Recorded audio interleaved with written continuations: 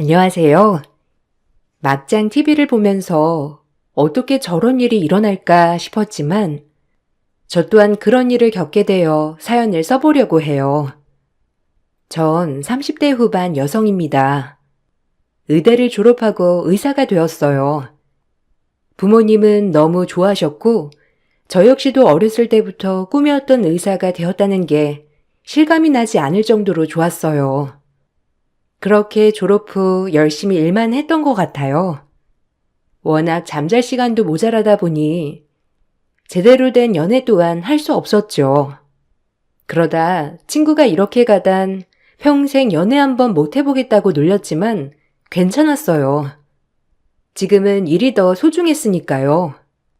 그러다 우연한 계기로 부딪힌 남성과 연애를 하게 되었어요. 카페에서 나오던 중 정말 운명처럼 부딪혔는데 알고 보니 저와 같은 의사였더라고요. 그 남성이 저에게 커피를 쏟았기 때문에 세탁비 명목으로 몇 번 만나다 보니 저희는 운명처럼 사랑에 빠지게 되었죠. 그리고 연애를 시작해 나갔습니다. 이런 게 운명일 정도로 잘 맞았어요. 남자친구는 제가 꿈에 그리던 이상형 그 자체였어요. 외모면 외모, 성격이면 성격, 직업이면 직업, 뭐 하나 빠지는 게 없었거든요. 어쩜 그렇게도 만나지니? 진짜 운명이 있나 봐. 아니 그럼 동현 씨도 너랑 같은 의사인 거야? 아우 진짜 신기하다. 그러니까 나도 신기해. 우연히 부딪혔는데 의사에다가 또 성격까지 잘 맞고 또 치과 의사라고 하니까 뭔가 앞으로 내 치아 걱정은 덜 되고 잘해봐야지 진짜. 이런 기회가 흔하지 않으니까. 거봐 뭐랬어. 다 때가 있다고 했지? 너희가 나 얼마나 걱정했어. 안 그래? 곧 국수 먹게 해줄 테니까 안심해. 동현 씨 연락 왔다. 잠깐만 통화 좀 하고 올게. 부럽다 진짜. 넌 무슨 복이 있어서 이렇게 운명 같은 남자도 만나냐? 어쨌든 어려서부터 똑소리 나더니 남자 하나도 진짜 잘 물었어. 나 나중에 동현 씨네 치과 가서 치료 좀 해야지. 치료할 것도 많은데. 지인 DC 되지? 이럴 때 써먹어야지. 친구들의 걱정이 무색할 만큼 저희는 잘 만났습니다. 저희 부모님들도 은근히 제가 시집은커녕 연애도 안 하니 걱정이 이만저만이 아니었는데 이렇게 착하고 멋진 남자친구를 만난다고 하니 부모님들도 이제서야 더 안심이 된 모양이었죠. 아유, 외모랑 성격도 마음에 드는데 어떻게 직업까지 너랑 잘 맞는 의사라니? 근심 하나 털었다. 내신 공부만 한 네가 연애도 못 해보고 일이랑 결혼하는 거 아닌가 싶었는데 그래도 동영군이 있어서 참 다행이야. 안 그래요, 여보? 그러니까 말이야. 우리 세화가 워낙 똑부러지니 아무 남자 안 만나고 이렇게 딱 결혼할 남자 잘 만나서 시집 가는 거지. 당연하지. 내가 누구 딸인데. 그래도 아직 결혼은 일러요. 조금 더 만나보고 결정해야지. 아직까지는 잘해주지만. 그렇게 1년을 만났어요. 결혼할 사람이면 사계절을 겪어보라는 말이 실감이 날 만큼 제 기준에 부합되는 남자친구였죠. 오히려 만나면 만날수록 진국인 모습들이 많아 더욱더 결혼을 하겠다고 확고하게 신념이 굳어졌어요. 그 정도로 잘 맞았습니다. 그래서 결혼을 결심했어요. 둘 다 30대가 넘었기 때문에 결혼은 일사천리로 진행이 되었죠.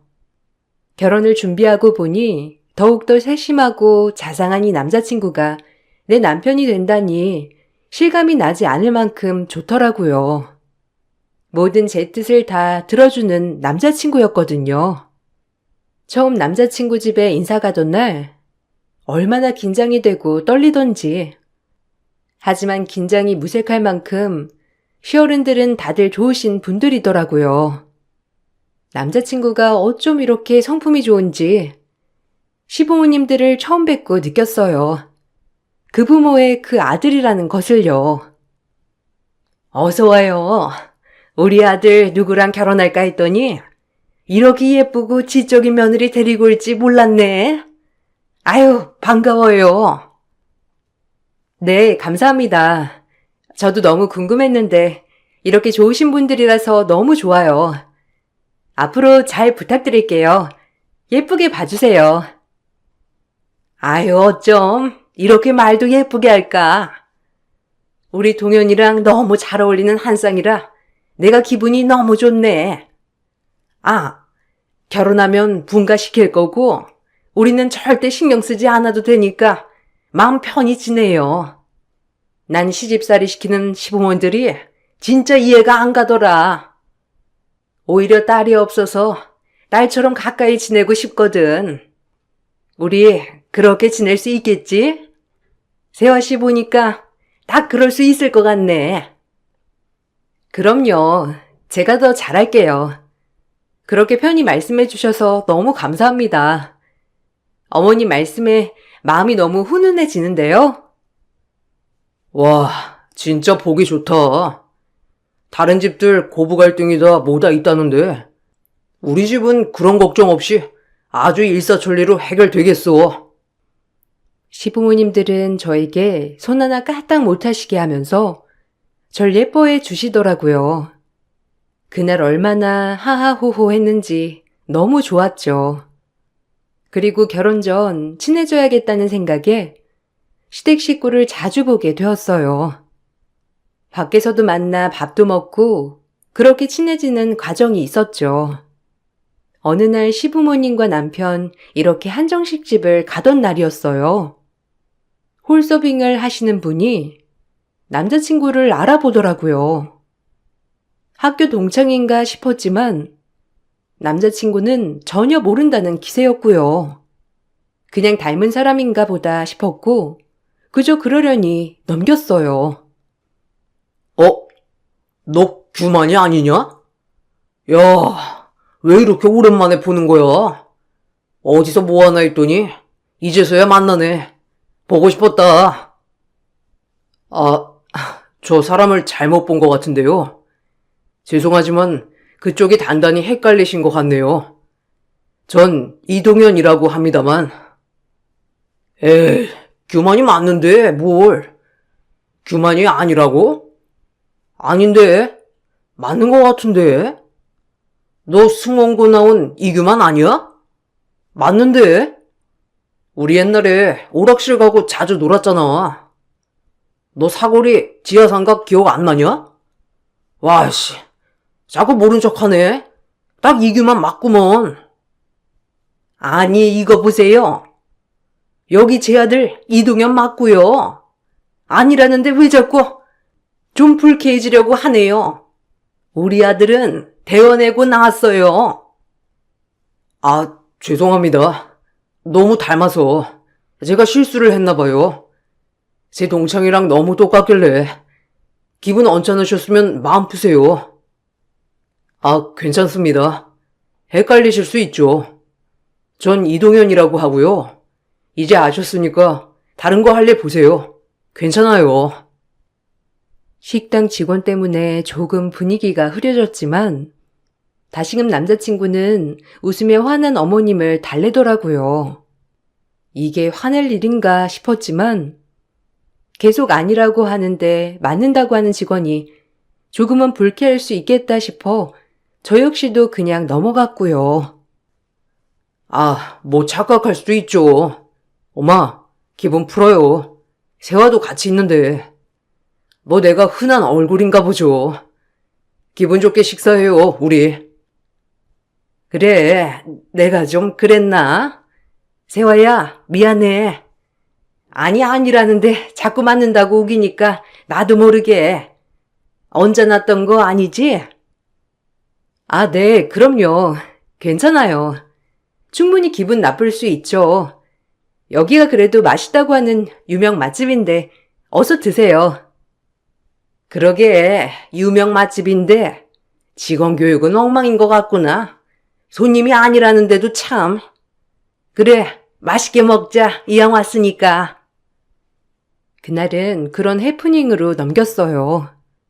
그런 일이 있고 나서 또 아무렇지 않게 지내는 나날이었어요. 그리고 저희는 행복한 결혼 생활을 꿈꾸며 결혼 준비를 이어나갔죠. 결혼 준비로 주말엔 늘 바빴기 때문에 일 끝나고 데이트하는 날이 잦아졌어요.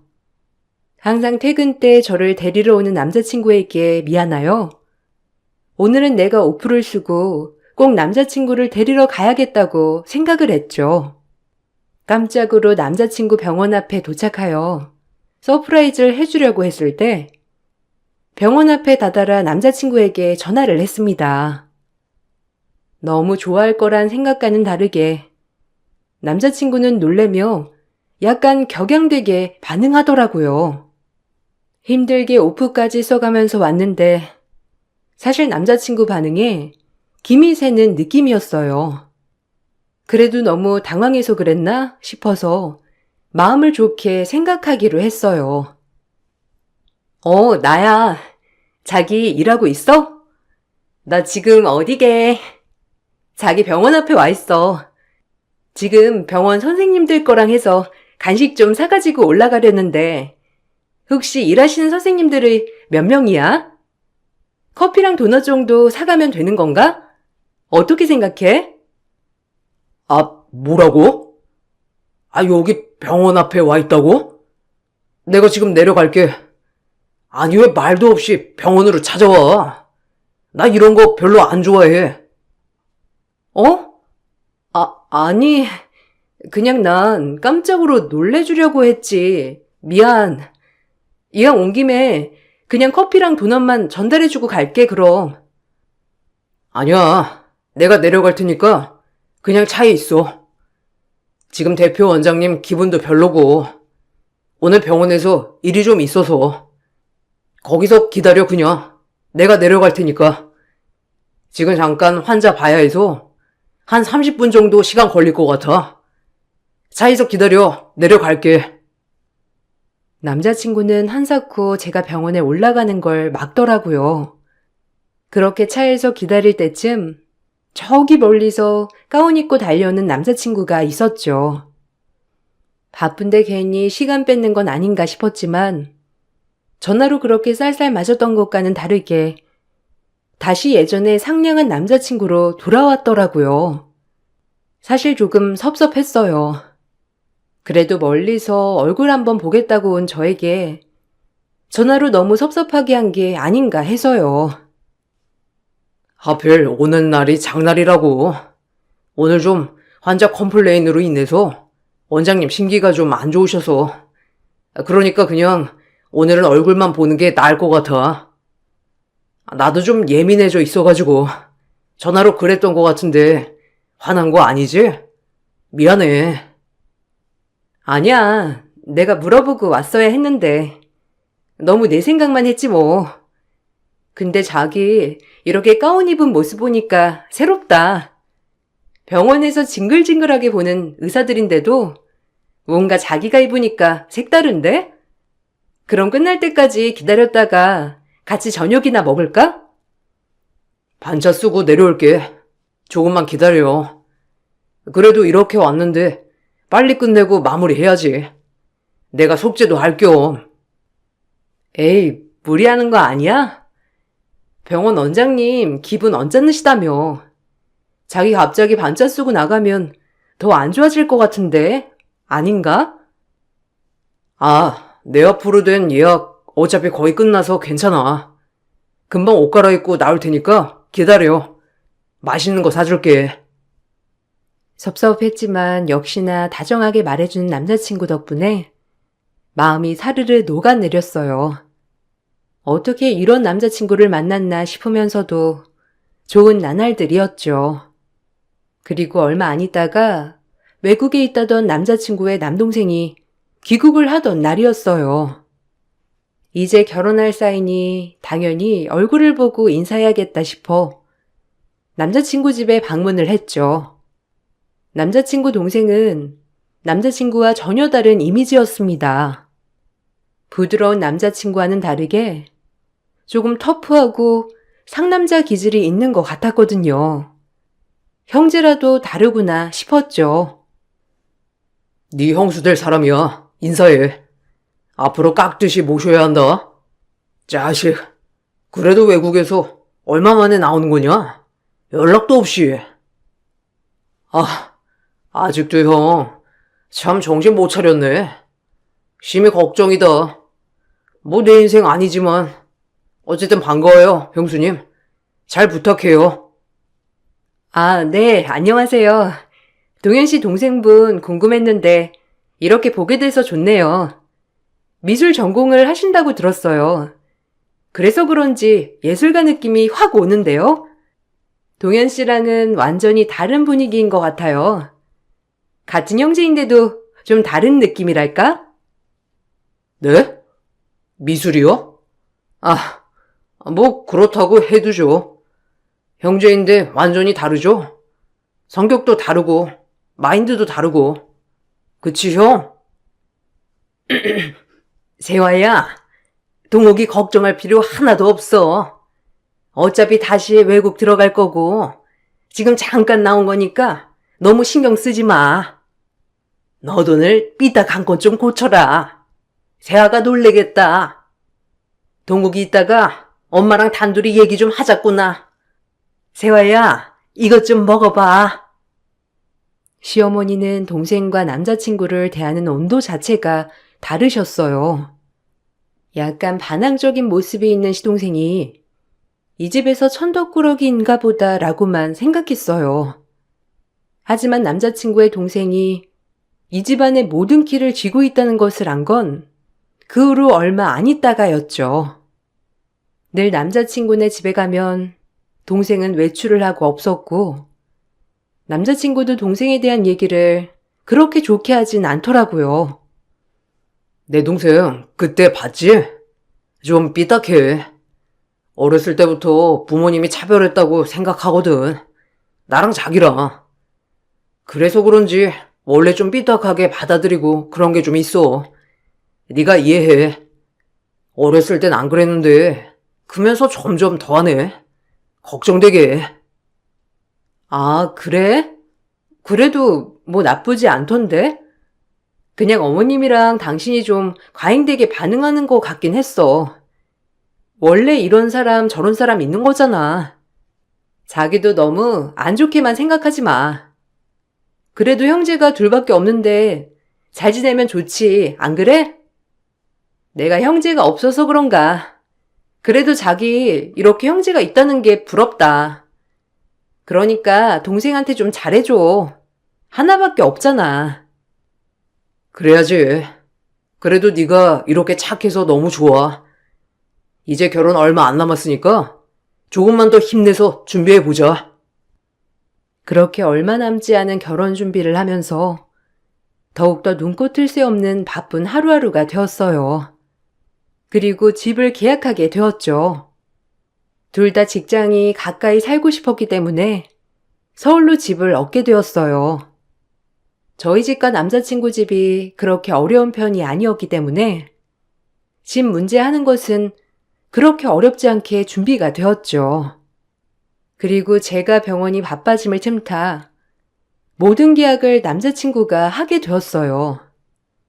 그렇게 집 계약도 마무리가 되어 이제 진짜 식만 올리면 끝이다 하는 해방감이 앞서 있을 무렵이었어요. 네, 여기 부동산이에요. 아니, 신랑분이 전화를 안 받네. 그 보증금 2억에 월세 170 맞죠? 확인 한번 하려고. 네? 월세라뇨? 저희 전세로 계약한 거 아니었나요? 전세 4억으로 알고 있는데. 뭔가 착각하신 것 같아요. 에?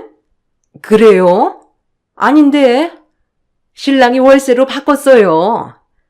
그래서 보증금 2억에 월세 170으로 된 건데 신랑한테 물어봐요. 어제도 통화했거든. 신랑이랑 아마 새댁이 잘못 알고 있는 것 같으니까 한번 신랑한테 다시 물어보면 될 거예요. 그리고 전화 줘요.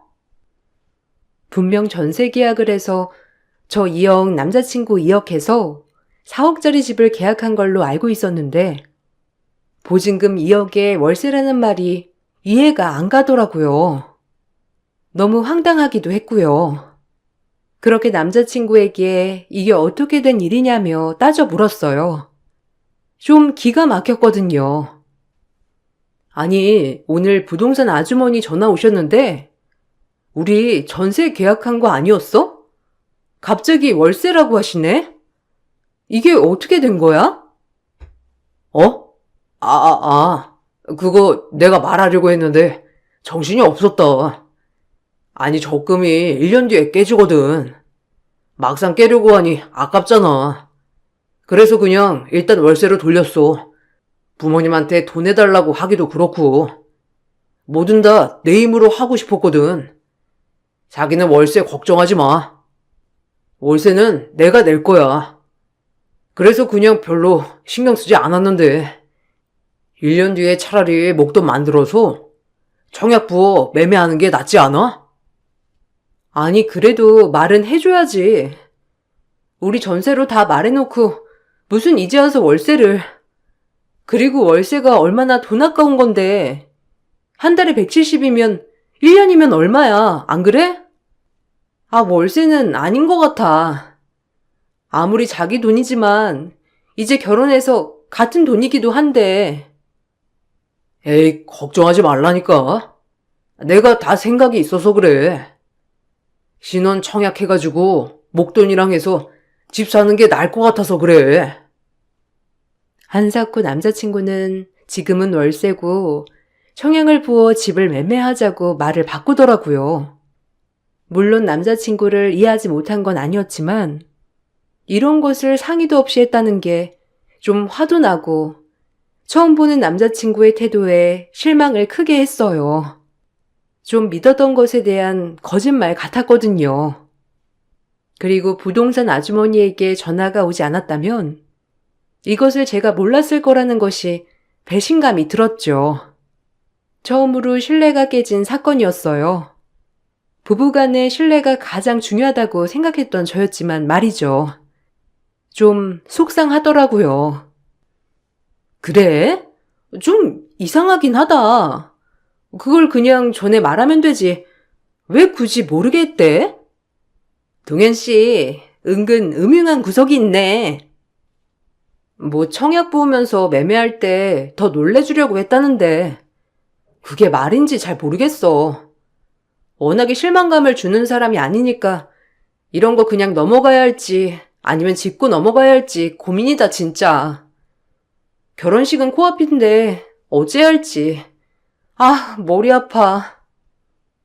이렇게 남자친구에 대해 고민만이 깊어지고 있을 때였죠. 혹여나 부모님한테 얘기라도 하면 노발대발하실 게 분명하셨기에 일단은 고민만을 앞두고 있었어요. 그러던 중 시어머니께서 이 사실을 아시고 제 기분을 많이 풀어주시려고 하더라고요. 집으로 초대하여 이것저것 제가 좋아하는 것들로 가득 차려주신 다음 저의 마음을 많이 풀어주려고 애쓰셨어요. 아유, 동현이한테 들었어. 우리한테 말하면 될 것을 왜 일을 그렇게 만들었다니, 안 그래? 남자애들이 원래 좀 생각이 짧아. 그냥 간단하게 생각한 거를 가지고 일을 이렇게 만들었다니 참. 내가 엄청 혼내줬어 아주. 그러니까 마음 풀으렴. 아, 좀 놀라긴 했어요. 한두 푼도 아니고 그리고 전세에서 월세면 완전 말이 달라지는 건데 뭐 마음이 변한 건 아니지만 좀 사실 걱정스럽기도 해요. 이런 부분을 숨겼다고 생각하니까 결혼을 앞두고 싱숭생숭하긴 마찬가지네요. 죄송해요, 어머님. 아니야, 내가 아주 홍군형 내줬어. 제 딴에는 더 큰 집으로 매매하려고 그런 것 같은데 아유, 어쩜 생각이 그렇게 짧은지. 남자들이 원래 단순하잖니. 네가 조금만 이해해줘라, 응? 내가 이렇게 사과할게. 동현이도 얼마나 걱정하던지, 응? 어머님의 끈질긴 설득으로 이번 일을 그냥 덮기로 마음을 먹었어요. 찝찝한 건 사실이지만 정말 남자라서 단순하겠거니 생각을 했어요. 그리고 나서 이 찝찝함을 애써 털어버리려 신경을 쓰지 않으려고 했죠. 남자친구는 그 일이 있고 나서 오히려 더 살뜰히 저를 챙겨주더라고요. 그리고 마음을 다잡고 이제 정말 본식이 얼마 남지 않은 날 모르는 번호로 전화 한 통이 걸려오더라고요. 그 전화는 예비 시동생의 황당무계한 전화였어요. 처음 만난 그 이후로 첫 전화였거든요. 형수, 저 동현이 형 동생이에요. 뭐 놀라셨죠? 그래도 아실 건 아셔야 할 것 같아서 전화 드립니다. 인생이 달린 문제이니 일단 지금 빨리 저희 집으로 아무 말씀도 하지 말고 오세요. 그리고 혹시라도 그냥 오면 이상하니까 뭐 요리 같은 거 한다고 하면서 대파 한 단 사서 지금 바로 와요. 진실을 보게 될 거예요. 저도 이렇게까지 하는 게 쉽지 않다는 걸 알고 계시고요. 끊습니다. 황당한 전화에 진짜 가야 하나 말아야 하나 싶었지만 절대 아무한테도 말하지 말란 말에 믿져야 본전이지라는 심정으로 대파 한 단을 사서 시댁으로 향했습니다. 시댁에는 엄청 크게 호통 소리가 이어지더라고요. 제가 온 것도 모른 채 말이에요. 현관을 열고 아무렇지 않게 들어가 보니 웬 여자아이와 여자 사람 그리고 남자친구 시어머니가 있었습니다. 시어머니는 그 모녀에게 소리를 지르고 있었고 남자친구는 중간에서 어쩔 줄 몰라 하더라고요. 그리고 시어머니의 소리에 전 모든 게 잘못되었다고 생각했죠. 아니, 제 귀를 의심했어요. 처음 보는 호통치는 시어머니의 모습과 여전히 우유부단한 남자친구의 모습, 그리고 화나 있는 모녀들. 이게 어디라고 와? 이혼하고 나갔으면 그만이지. 애새끼는 왜 데리고 오냔 말이야? 우리 동현이 앞길 망치려고 하니? 좋은 여자 물어서 이제야 새 출발하려는데 네가 뭔데 여길 와서 깽판을 치려고 해? 당장 안 꺼져? 얼른 나가! 양육비가 밀렸으니 왔죠. 이 사람이 줄 능력이 안 되면 어머님이라도 주셔야죠. 안 그래요? 능력도 없는 거 그때까지 먹여주고 같이 살아줬더니만 이제 새 출발한다고 양육비고 뭐고 싹 무시해? 내가 그 여자 못 찾아갈 것 같아요? 나랑 얘기해. 내가 진짜 그동안 일하느라 바빴어. 알잖아. 그러니까 제발 나중에 얘기하자. 큰소리 치지 말고. 너랑은 끝난 인연이야. 애들이고 구질구질하게 돈 달라고 하지 마라. 네가 알아서 키워. 네 애니까 알겠어? 당장 꺼져. 새로 만난 여자가 의사라고 했나? 왜? 그 여자 잡으면 인생이라도 필 것 같아서 그래? 너 자동차 영업사원인 건 아니? 그 의사 선생님이 영업사원인 건 알고도 결혼한대? 애 딸린 이혼남인 건 알고 있고? 이거 알고도 결혼할 리가 없을 텐데. 안 그래? 이게 협박질을 안 해? 너 입 잘못 돌렸다간 가만 안 있을 줄 알아? 내 아들 결혼 깽판 치면 너 죽고 나 죽는 거야. 알겠어? 정말 큰 충격이었어요. 그들의 대화를 듣고 있으니 머리가 아파졌죠. 알고 보니 남자친구는 자동차 영업사원에 애 딸린 이혼남이더라고요. 절 처음부터 철저히 속인 거였고요. 시어머니까지 한통속이 되어 절 속이려고 했다는 게 분노가 들끓어 올랐습니다. 그리고 예비 시동생은 이 모든 걸 알고 엄한 여자 인생 하나 구하자란 심정으로 총대를 메고 저를 불구덩이 코앞에서 살게 해준 거죠. TV에서나 보던 일이 저한테 벌어지자 정신을 차릴 수 없더라고요. 아니, 하지만 정신을 차려야만 했어요. 저의 가장 큰 장점이 오히려 큰일에 있어서는 의연하다는 점이었죠. 사실 이렇게 막상 눈앞에 이런 일이 닥치고 나니 정신 차리자는 생각만 들었어요. 이게 다 뭐라고요? 아, 영업사원에 뭐? 애 딸린 이혼난? 아, 기가 막혀. 날 속이고 무사히 결혼할 줄 알았어? 그 다음엔? 아니, 이 가족 모두 다 나한테 쇼한 거네, 그럼? 의사 가운이나 명함 어떻게 된 거니? 기가 막혀. 네 딸이고 네 전 와이프야? 세화야. 아니, 네가 여긴 어쩐 일이야? 그게 사실은 내가 천천히 얘기해 줄게. 사실 지금 치대 입시 준비 중이야. 너 만나고 나도 의사를 꿈꾸게 됐거든. 뭐 치대 입학하면 의사 되는 건 거짓말은 아니니까 나 이해하지? 어? 그리고 이혼은 내 한 번의 철없던 실수였어. 정말이야. 저 집이랑 인연 정말 끊었고 너한테 문제될 건 없을 거야. 어? 그러니까 나 믿고 집에 가 있어. 아, 다 된 거였는데 전현 때문에 다 망쳤어. 아니 세화야, 내 말 좀 들어보렴. 응? 제 제정신이 아니라서 그래. 응? 미쳤네. 내가 다 들었는데 제정신이 아니라고? 내 눈엔 제정신이 아닌 건 당신네 모자야. 알아? 어디서 입을 놀리길? 뻔뻔하게 주둥이 놀리는 남자친구와 시모의 뺨을 세 대를 내리쳤어요. 남자친구도 놀라고 시어머니도 놀랐죠. 맞고 나서야 정신이 들었는지 무릎을 꿇고 싹싹 빌더라고요. 시어머니도 마찬가지로 말이죠. 그동안 내가 뭐 한 건지 제 자신을 자책하게 되더라고요.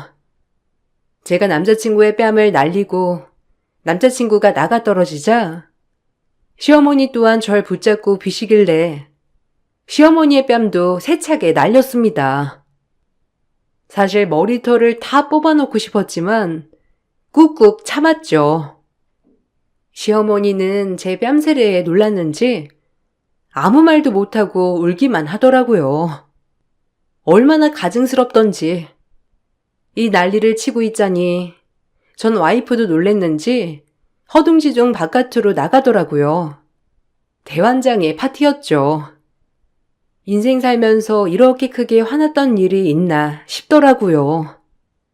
그날 제 안의 모든 것들을 다 끄집어내며 강철같이 싸우게 되었죠. 아이고, 아가야. 미안하다. 그러니까 결혼도 얼마 안 남았는데 눈 감아주면 안 될까? 이제 비밀은 없어, 응? 너 속이는 거 이제 없으니까 허물 품고 우리 아들 좀 구제해줘, 응? 너한테 이렇게 빌게. 그리고 진짜로 학교 입학할 거라니까, 우리 아들. 사이코패스 모자네, 이거. 아줌마, 정신 차려. 내가 미쳤다고 저런 인간이랑 결혼할 것 같아? 당신들 그동안 나 조롱한 대가 단단히 받을 줄 알아. 그리고 양육비도 심지어 밀렸어? 참, 진짜 인간 쓰레기네, 이거. 집을 매매하려고 한 게 아니라 전세금 마련할 돈이 없던 거겠지. 네가 지금 가지고 있는 핸디캡, 이 모든 거 솔직히 말하면 너 역시도 절대 안 될 것 같았니? 제발, 미안해, 어? 그러니까 한 번만 봐주라. 우리 결혼식 일주일도 안 남았잖아. 내가 진짜 평생 속죄하며 살게. 꺼져. 너네 벌 받을 각오하고 기다려. 이걸 모르고 결혼할 뻔했다니. 나도 참 누굴 탓하니? 내가 순진했던 거지. 아가야, 제발 한 번만 다시 생각해주면 안 되겠니? 응? 미안해. 우리 아들이 너를 얼마나 좋아하는데 한 번만 기회를 줘. 나를 좋아하는 게 아니라 내 직업, 내 배경이 좋은 거겠지. 이 정신 나간 여편네야. 말은 똑바로 해. 어디서 나를 또 속이려 들어? 너네 기다리고 있어. 그리고 돈 준비 잘해놔. 위자료 엄청 물어줘야 하니까. 아, 불구덩이 코앞에서 살아나가게 생겼네. 제 바지가랑이를 붙잡고 울고불고 매달리는 남자친구와 시어머니를 뿌리치고 변호사 사무실에 갔습니다. 그리고 바로 소송을 준비했죠. 사기죄로 남자친구에게 소송을 걸었어요. 그리고 정신적 피해 보상 금액도 청구하였죠. 결혼식과 신혼집 모든 것을 다 해지하였기 때문에 해지 위약금은 남자친구 앞으로 내게 했습니다. 그 돈만 해도 사실 엄청나서 그 집은 눈이 뒤집히더라고요. 하지만 제 눈은 쉽게 사그라들지 않았고요. 다행이란 마음 반, 화나는 마음 반, 사실 눈물 한 방울 안 나더라고요. 부동산 사건 때 크게 마음을 다쳐서인지 오히려 뭔가 결혼식 하기 전에 일어나서 다행이라는 생각만 들더라고요. 다행히 남자친구의 전 와이프분이 증인을 서주었고 예비 시동생이 될 뻔했던 동생도 증인을 서주었어요. 이 두 사람은 저 사이코 모자에게 얼마나 정이 털렸는지 생판 남인 저의 편에 서서 정말 많이 저를 도와주더라고요. 정말 다행이었어요. 고맙기도 했고요. 그렇게 소송이 끝나고 남자친구는 징역 3년을 선고받았습니다. 그리고 위자료를 줘야 한다는 판결까지요. 엎친 데 덮친 격 전 와이프도 양육비가 너무 많이 밀려 있었기 때문에 양육비 청구 소송을 진행하더라고요. 저희에게 줘야 할 위자료 때문에 남자친구의 어머니는 집을 팔아 저희에게 위자료를 주었죠. 그리고 새빵살이를 한다고 하더라고요. 그저 그전 와이프의 자식 딸이 불쌍하더라고요. 저런 것도 아빠라고 참 나중에 크면 무슨 생각을 할까 싶기도 했고요. 그리고 마지막으로 법정에서 남자친구와 시어머니를 만나는 날 악담을 퍼부어 주었어요. 뻔뻔하게도 그지없지. 눈물도 안 나와. 알아? 너무 어이가 털려서. 와, 제대로 인생 공부했네. 남들은 경험해보지 못한. 정가 이력 가지고 어디 한번 취직해봐. 영업사원도 못하게 해줄 테니까. 그렇게 살지 마라. 남들 피땀 흘려 돈 버는데 남 등쳐먹으면서 살려고 하지 마. 알겠어? 그리고 아줌마도 정신 차려. 아들이 능력 없는 거 애써 포장하지 말고 그냥 받아들이고 살란 말이야. 내가 치대 가면 진짜 치과 의사 되는 거잖아. 그러니까 좀만 기다려줘. 거짓말 아니라는 걸 보여줄게. 제발. 참나, 정신 못 차렸네. 전과자가 의사 면허를 어떻게 따니? 그냥 하루 벌어 하루 먹고 살아. 그게 너한테 딱이니까. 그리고 감옥 가서 갱생하고 오길 바란다, 제발. 전 와이프한테 들으니까 너 전 결혼 생활도 제정신 아니었더라? 넌 감옥 갔다가 정신병원도 가야 해, 알아? 완전 허언증 말기 환자. 아, 네 엄마도 마찬가지고. 여하튼 갱생하고 오길 제발 바랄게. 알겠니? 아니야, 이건 잘못된 거야. 이럴 리 없어. 내가 감옥에 갈 리가 없잖아. 난 치과 의사라고. 그리고 난 미혼이란 말이야. 허언증 말기 환자야, 그냥 너는. 무슨 네가 치과 의사야. 정신 차려, 이 정신병자야. 갱생이나 하고 반성이나 해. 아휴. 전 이 말을 끝으로 핸드폰 전화번호도 바꿨어요. 이 사건을 계기로 부모님이 많이 힘들어 하셨지만 오히려 전 이 큰일을 겪으니 조금 더 마음이 단단해진 것 같더라고요. 눈물이 엄청 날 줄 알았는데 정말 다행이라고 할까요? 지금은 시간이 지나서 웃어 넘길 정도의 여유까진 되었습니다. 그 덕에 인생 공부도 정말 기가 막히게 한 것 같고요. 결혼의 문턱에서 예비 시동생이 될 뻔했던 자의 도움으로 살아나온 것 같아 정말 고맙더라고요. 그 집안의 정상은 알고 보니 예비 시동생이었죠. 본인 가족이 저런 삶을 살고 있는 걸 보고 있을 때 참 무슨 마음일지 감이 안 잡히네요. 어쨌든 여러분들, 비가 온 뒤 땅이 굳는다는 말이 있어요. 힘든 걸 겪어내더라도 꼭 뒤늦게 좋은 일은 오더라고요. 저 역시 그때 소송 당시 마음이 참 힘들었지만 시간이 지나고 보니 더 단단해진 마음과 멘탈을 가질 수 있게 되어 모든 것에 고맙더라고요. 여러분들도 좋은 생각만 하시며 사시길 바랄게요. 아, 이런 일은 겪지 말아야겠죠. 지금까지 제 글을 읽어주셔서 감사드립니다. 안녕하세요. 저는 저번 달에 이혼을 선택하게 된 30대 후반 여자입니다. 두 번 다시는 기억하고 싶지 않은 일들을 제 머릿속에서 지워버리기 위해 이곳에 사연을 신청하게 되었습니다. 결혼한 지 3년 만에 남편은 다른 여자에게 눈길을 돌렸어요.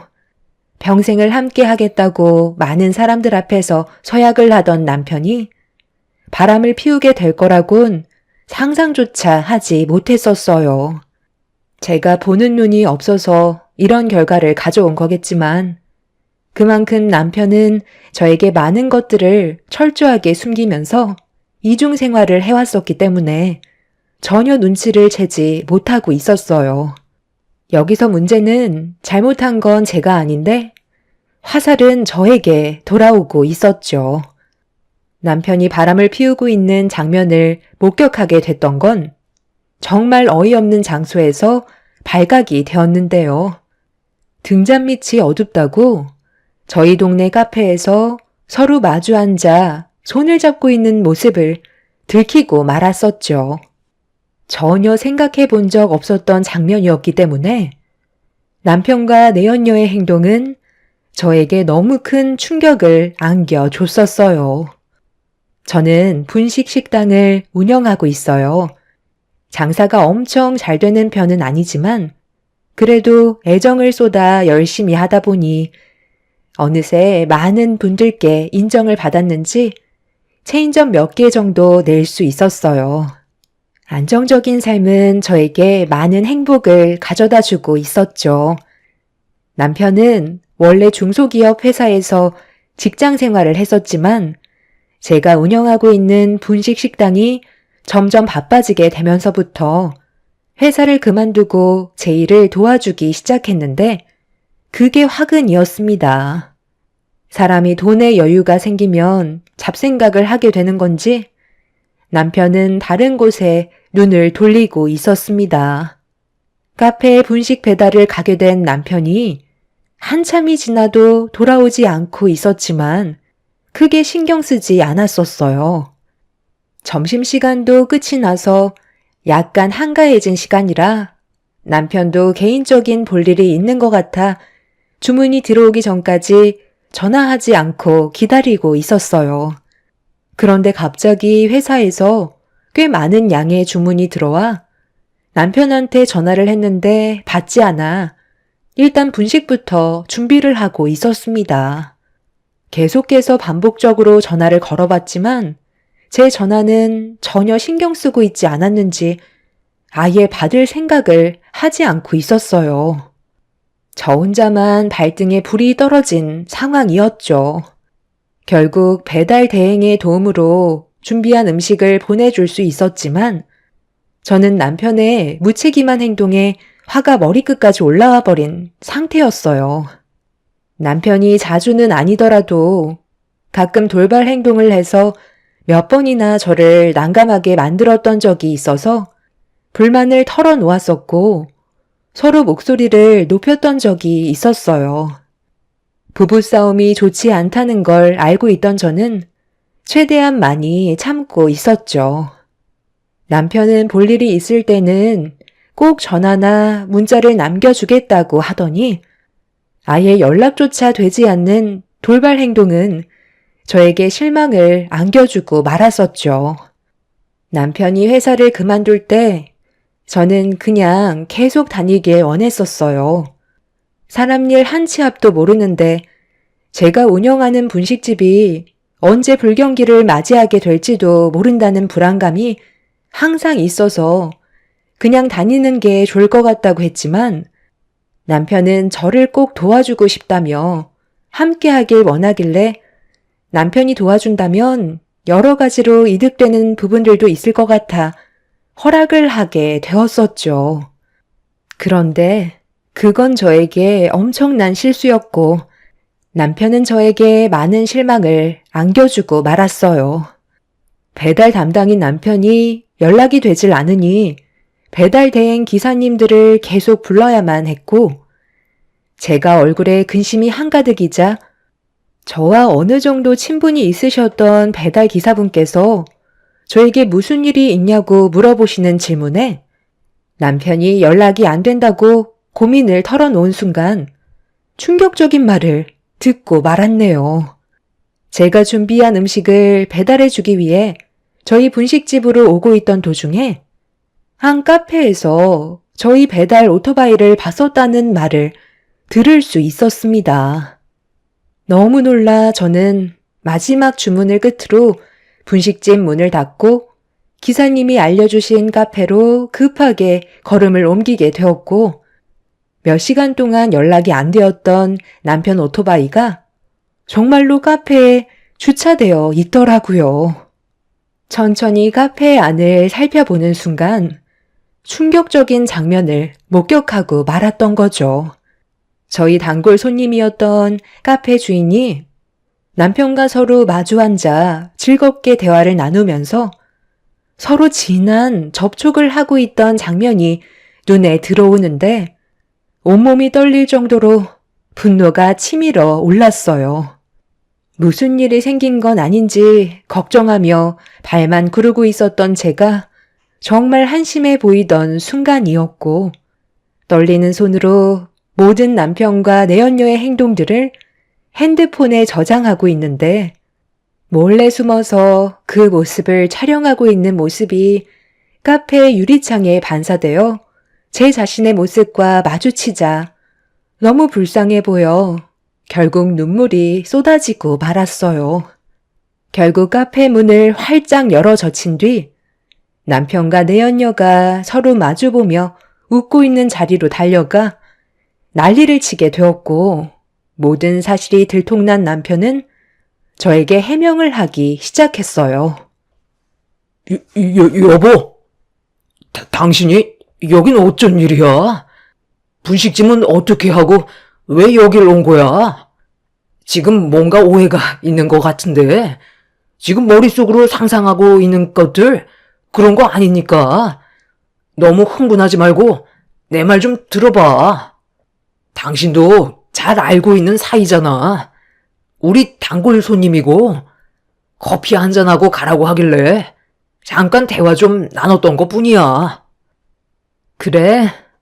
배달 주문이 밀려서 나는 발만 구르며 목이 빠져라 기다리고 있었는데 당신은 한가하게 여기에서 커피나 마시고 수다 떨며 서로 주물럭거리고 있었어?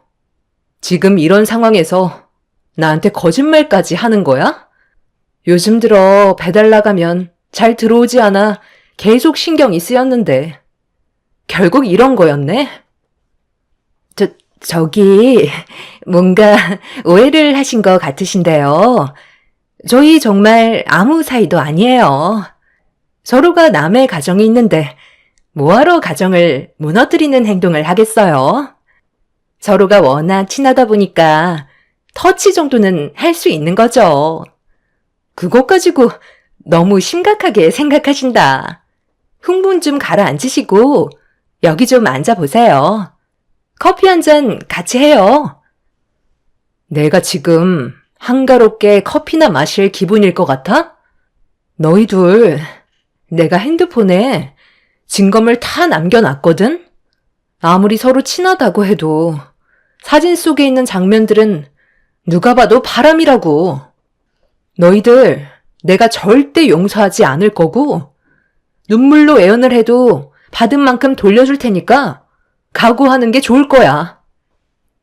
남편은 사태가 심각해졌다는 걸 뒤늦게서야 인지했는지 저에게 미안하다며 용서를 구하기 시작했어요. 시댁 집안 식구들에게 걸리는 걸 원하지 않고 있었죠. 하지만 저는 이미 남편한테 받았던 상처가 너무나도 컸었고, 더 이상 한 이불을 덮고 함께 생활하기에는 제가 자신이 없어 이혼을 선택할 수밖에 없었어요.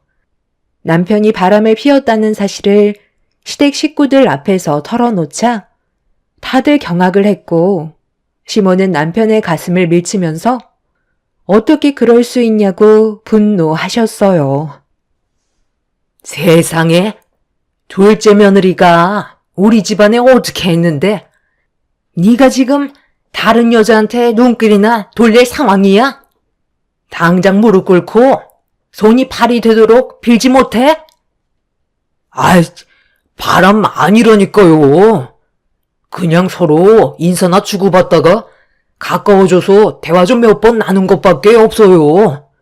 그런 걸로 바람이면 이 세상 사람 전부 다 바람 피우는 거게요. 너 이놈의 자식, 너 아직도 정신 못 차린 거야? 며느리가 건네준 이 사진들은 뭔데? 이게 결혼한 사람으로서 상식적으로 가능한 일인 거냐고. 정말 네가 뭘 잘못했는지 몰라? 저는 떳떳하다니까요. 절대 이 사람이랑 이혼할 생각 없고 지금 이대로 살면 되는 거예요. 당신도 너무 예민하게 행동하지 마. 동네 창피하게 이게 뭐야? 나한테 미안한 건 모르고 동네 사람들한테 창피한 건 알아? 당신이 이혼 안 하겠다고 하면 내가 못할 것 같아? 그동안 이런 식으로 나 몰래 만나고 있었어? 이제야 당신 행동들이 이해가 되기 시작하네. 저녁에도 친구들과 술 한잔 한다면서 늦게 들어오거나 전화 자체를 받지 않더니만 그 이유가 전부 카페 주인이랑 서로 만나오고 있었던 거야? 터치가 그렇게 자연스러웠는데 둘이 나 몰래 얼마나 오래 만났겠어? 이미 갈 때까지 가버린 거 아니야? 당신이 내 인생을 전부 망쳤다고. 아이 진짜 당신이 생각하는 그런 거 아니니까 일단 침착하고 흥분부터 가라앉혀봐. 이래선 대화 자체가 되지 않는다고. 우리 이혼만큼은 하지 말자. 앞으로 내가 더 잘하면 되잖아. 앞으로 하라는 대로 전부 다 할 테니까 너무 극단적으로만 생각하지 말고 조금만 더 진지하게 생각해 주라. 난 당신밖에 없어. 진짜야. 결국 남편은 자기 잘못을 인정했지만 뉘우치지는 않아 보였어요. 시모는 저에게 매달리면서 미안하다는 말만 반복하셨고 저와 남편이 갈라서는 걸 원하지 않으셨어요. 하지만 저는 이미 남편한테 신뢰가 깨져버린 상태라 더 이상 함께하고 싶은 마음이 들지 않아 마음속으로 이혼을 진지하게 고려할 수밖에 없었습니다. 저 또한 어렵게 이룬 가정 끝내고 싶지 않았지만 이런 식으로 살다 보면 남편은 또다시 저에게 거짓말을 할 테고 결국 똑같은 상처를 받게 될 것 같아 하루라도 빨리 정리하는 게 맞는 것 같았어요. 그런데 이런 상황을 묵묵히 지켜보고 있던 형님과 동서가 제 앞에서 무언가 둘이 속닥거리며 기분 나쁜 표정으로 저를 쳐다보고 있더라고요. 저는 그 모습을 보면서 뭐 하는 거냐고 목소리를 높이게 되었고 동서가 먼저 입을 열었습니다. 아니요. 제가 생각할 때는 남편이 바람을 피우는 건 여자로 안 느껴질 때도 있지만 그것보다 더 중요한 건 배울 게 없다고 느껴질 때 다른 여자에게 눈을 돌리는 것 같아요. 큰형님이랑 저희 부부는 지금도 깨가 쏟아지고 있는데 둘째 형님은 결혼한 지 얼마나 됐다고 벌써 이런 일이 벌어졌겠어요? 이게 다 형님한테 배울 게 없다고 느끼게 되니까 다른 여자한테 눈길이 계속 가는 거라고요. 아무래도 큰형님이랑 저는 대학을 나왔지만 형님은 고등학교 졸업장만 따놓은 상태잖아요. 그러니까 당연히 지식은 부족할 테고 아주버님은 대학을 나왔으니 결혼 생활을 하면서 수준 차이 난다고 생각을 했을 테죠. 원래 남자들은 배울 게 없다고 생각을 하면 그 사람에 대해 무시하는 경향이 있거든요. 그게 남자건 여자건 다 똑같아요. 여자들도 남자가 무능력하거나 앞으로 살아가면서 그 사람에 대해 좋은 영향을 받지 못한다면 결국 처음의 감정을 유지하기가 힘들게 되겠죠? 아주버님이 딱 그런 케이스인 거예요. 형님이 아무리 분식집에서 열심히 일을 해도 맨날 하는 일이 똑같으니 지루해졌을 거고 주방에만 있는 형님한테 매력이 떨어지게 됐으니 자연스럽게 거리에 널린 여자들이 눈에 들어왔겠죠. 그래, 원래 남자는 여자하기 나름인 거야. 왜 그런 말 많이 들어봤잖아. 고졸인 동서가 멍청하니까 서방님을 휘어잡지 못한 거잖아. 누구 탓을 하겠어? 행동만 똑바로 했어봐. 그럼 이런 일은 일어나지 않았을 거라고. 머리가 나쁘니까 결국 이런 일이 생기는 거지. 내 말이 틀리다고 생각해? 먹고 살겠다고 발버둥만 치다 보니까 이런 일이 벌어진 거야. 주방에만 틀어박혀 있지 말고 서방님한테 눈길이라도 한번 줬으면 쓸데없는 생각을 했겠어? 원래 남자들은 들어오는 여자 마다하지 않아. 카페 주인이 단골이라고? 애초부터 사심이 있었겠지. 그러니 둘이 자연스럽게 이어졌던 거고. 그 다리를 동서가 연결해준 꼴이네. 내가 동서였으면 서방님한테 배달일 시키지 않았겠지. 그거 몇 푼 아끼겠다고 서방님한테 계속 뺑뺑이 돌리다가 이런 결과를 얻게 된 거잖아. 단골 손님인데 얼굴도 이쁘장하게 생겨서는 자기한테 눈웃음 쳐주고 꼬리 살랑살랑 흔들면서 다가오는데 누가 마다해? 카페 주인이니까 옷도 이쁘게 입고 화장도 곱게 했을 거 아니야. 매장 안에서는 커피 냄새와 분위기가 조성이 되니 서로 눈맞기 딱이지. 그런데 지금의 동서를 봐봐. 떡볶이 좀 팔겠다고 머리는 상투를 틀었고 앞치마에 화장은 당연히 하지도 않았지. 그것뿐이야?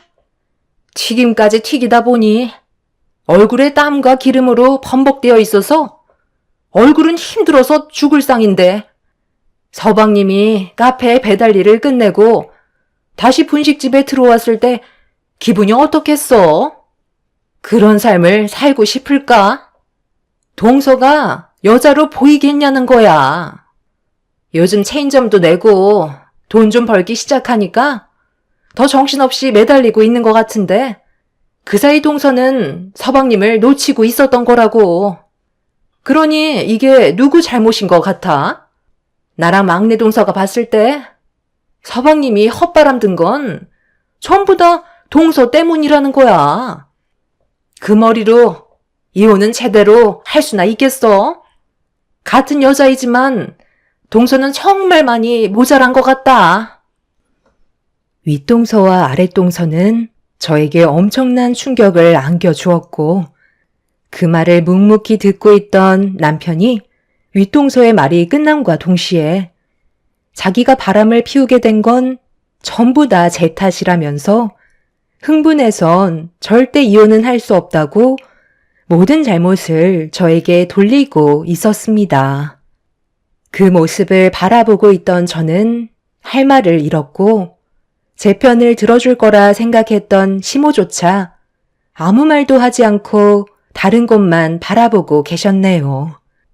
너무 어이가 없어서 그 사람들을 바라만 보고 있었는데 시모가 저에게 한 번만 그냥 넘어가자면서 처음에는 남편이 무조건 잘못했다는 말을 했었는데 두 동서의 말을 가만히 듣고 있던 시모는 저에게도 어느 정도 잘못은 있는 것 같다며 최대한 좋게 해결하길 원하고 있었습니다. 저를 바라보고 있는 시모의 눈빛에서는 이미 두 동서의 입놀림에 넘어가 버린 상태였어요. 어머님, 이게 지금 제 잘못이라는 거예요? 다들 정말 너무하시네요. 저는 그런 모습 안 보여주고 싶겠어요? 저도 여자예요. 꾸미고 싶고 남들처럼 이쁜 옷도 입으면서 살고 싶지 않겠어요? 그런데 제가 왜 이렇게까지 하는지 다들 정말 모르시는 거예요? 지금 집안의 가장이 누구예요? 이 사람이에요? 제가 일을 쉬면 이 사람도 똑같이 일을 쉬게 되는 건데 제가 어떻게 놀 수 있겠어요? 그리고 저는 한 번도 제 일에 대해 나쁘다고 생각해 본 적 없었어요. 자부심을 가지고 모든 열정을 쏟아 부었다고요. 그런데 형님이 왜 저를 그런 식으로 판단하세요? 동서도 마찬가지야. 그동안 나를 어떻게 보고 있었길래 나를 왜 함부로 판단하는 거지? 어머님도 이러시는 거 아니죠? 이 사람이 바람 피우는 게 전부 제 탓인 것 같아요? 방금 형님이랑 동서가 뱉은 한마디에 넘어가셔서는 저한테도 탓이 있다는 것처럼 눈빛을 보내셨잖아요. 원인 제공을 누가 했는데요? 어머님, 작년부터 건강이 안 좋아지셔서 저희 집에서 지내고 계셨잖아요? 그때부터 저한테 항상 하는 말이 뭐였어요? 제가 열심히만 하면 이 사람도 자극받아서 최선을 다해 일을 도와줄 거라고 하지 않았나요? 그래서 회사 멀쩡히 다니고 있는 거 그만두게 만들었고 결국 저와 같이 일을 하게 된 거잖아요. 어머님 말 믿고 이 사람이랑 같이 일을 하게 된 건데 이게 왜 제 탓이죠? 그 말만 안 하셨어도 이런 결과는 오지 않았겠죠. 이 모든 것들이 저에게만 원인이 있다고 생각하지 마세요. 그리고 제가 고졸이라도 해선 안 될 행동이 무엇인지 기본적인 것들은 알고 있다고요. 그런데 이 사람은 대학까지 나왔고 가정을 이뤘으면서 해선 안 될 행동이 뭔지도 모른다는 건 저보다 더 떨어지는 거 아니에요? 꼭 대학을 나온다고 해서 제대로 된 인생을 살 수 있다고 누가 그랬나요? 솔직히 대학 나온 동서랑 형님은 지금 뭐 하는데요? 둘 다 육아한다고 집안에만 틀어박혀서 나오지도 않고 집안의 가장들이 벌어다 주는 돈으로 사치 부리면서 살고 있잖아요? 그럴 거면 대학은 왜 나온 거죠? 아무리 생각을 해봐도 이해가 되지 않아서요. 둘 다 잘난 거 하나 없으면서 지금 누구한테 막말을 하시는지 이해할 수가 없네요. 새 집안 중에서 고졸인 제가 돈을 제일 많이 벌고 있잖아요. 그래서 어머님 건강이 안 좋아지셨을 때 이런저런 핑계 다 대면서 저한테 떠넘기지 않았어요? 시댁 집안 식구들은 제가 뱉은 한마디에 아무 말도 하지 못했어요. 두 동서는 얼굴을 붉히며 기분 나쁘다는 표정으로 저를 바라보고 있었죠. 결혼을 하고 아이를 가지는 거에 대해 문제를 삼는 게 아니라 두 동서의 행동에 문제를 지적했던 거였어요. 육아를 하는 것도 아닌 맨날 동네 맘카페 회원들과 만나서 수다나 떨며 쇼핑이나 하고 아이는 유모차에 방치만 해두는데 어느 남편이 그 모습을 보고 좋아하겠어요. 대학 나온 이유가 아이는 방치하면서 맘카페 회원분들과 수다 떨려고 대학 나온 것도 아닐 텐데 벌어오는 돈으로 사치 부리며 사는 사람들이 저한테 고졸 나와서 무식하다는 말을 했다는 게 너무 황당하고 어이가 없었습니다. 결국 저는 그날 이후 저희와 연계되어 있는 변호사 사무실에 찾아가 남편과의 문제들에 대해 의논을 하게 되었고 변호사분들께서는 제가 가진 고민들을 침착하게 하나하나 풀어주셨어요. 제가 그때 찍었던 불륜 현장의 사진은 법적으로 큰 효력이 되었고 충분한 이혼 사유와 함께 상간 소송까지 진행할 수 있게 되었죠. 그렇게 모든 준비를 끝낸 서류를 들고 다시 집으로 들어와 남편한테 이혼 서류를 던져버렸어요. 이게 뭐야? 정말 이혼이라도 하자는 거야? 꼭 이렇게까지 해야 되겠어? 내가 2번 다시 그러지 않겠다고 약속했잖아. 한 번만 넘어가면 안 돼? 나는 당신을 용서할 수가 없어. 지금까지 나를 속이고 계속 그 여자와 만남을 가지고 있었다는 자체가 너무 소름이 돋아. 그동안 이중 생활을 해오면서 나한테 사랑한다고 했던 말 전부 다 거짓이었잖아? 정말 사랑했다면 이런 식으로 행동하지 않았겠지. 당신한테 너무 큰 실망을 했기 때문에 더는 함께하고 싶지 않아. 이혼은 결국 서로에게 아픔만 주게 된다는 거 모르는 거 아니잖아. 이번만 조용히 눈 감아주면 앞으로 우리가 정말 잘할 테니까 기회를 줄 수 없겠니? 그렇게 할 수 없을 것 같아요. 이 사람이 저를 어떻게 생각하고 있었는지 충분히 알았기 때문에 더 이상의 관계를 유지할 수는 없을 것 같네요. 그리고 이 집 명의도 공동 명의인 거 알지? 내 돈이 절반 이상이 들어가 있으니까 최대한 빨리 정리하는 게 좋을 것 같아. 부동산에 집도 내놨어. 뭐라고? 당신 제정신이야? 그럼 나랑 우리 엄마는 어디 가서 지내라는 거야? 이 집 꼭 건드려야 되겠어? 다른 방법도 있는데 이렇게까지 해야 돼? 잠깐만. 그럼 이 집 처분되면 어머님은 어디로 가시는 거예요? 요양원을 알아봐야 되는 거예요? 동서, 그냥 조용히 살면 안 되는 거야? 왜 이렇게까지 하는 건데? 그걸 왜 저한테 그러세요? 이 사람한테 탓을 돌려야죠. 막상 제가 이혼한다고 하니까 신경 쓸 게 많이 생겼나 봐요. 어머님이 형님 집으로 갈까봐 두려운 거예요? 어차피 저는 이제 이 집안 사람들도 아니니까 상관할 바는 아니지만 그래도 형님이 모시는 게 저는 맞는다고 생각하는데요. 맞아요. 원래 집안에 장남이 모셔야 되는 게 맞는 거잖아요. 저는 막내라 그런 거 잘 하지도 못할 뿐더러 세 식구들 중에 저희 집이 제일 작기 때문에 어머님 들어올 공간 자체가 없어요. 아이 하나 키우는 것도 얼마나 힘든데요. 저는 먼저 일어나 볼게요. 형님, 나중에 무슨 일 있으면 연락 주세요. 어머, 동서, 지금 어디 가는 거야? 아직 대화가 끝나지도 않았잖아. 어머님, 저희 집도 넉넉지 않은 편이라 모실 수 있는 공간을 마련할 수가 없어요. 그래서 지금 우리 어머니를 어떻게 하자는 건데? 요양원에 보내겠다는 거야? 지금까지 재수 씨 집에서 지냈었고 일이 이렇게 됐으니 우리 집에서 모시는 건 당연한 거라고. 지금 우리가 살고 있는 집 어떻게 마련한 거야? 엄마 건강이 안 좋아지면서 도움이 필요했을 때 재수 씨 집에 가기로 결정하게 되면서 살고 계신 집을 처분한 돈으로 마련한 거잖아.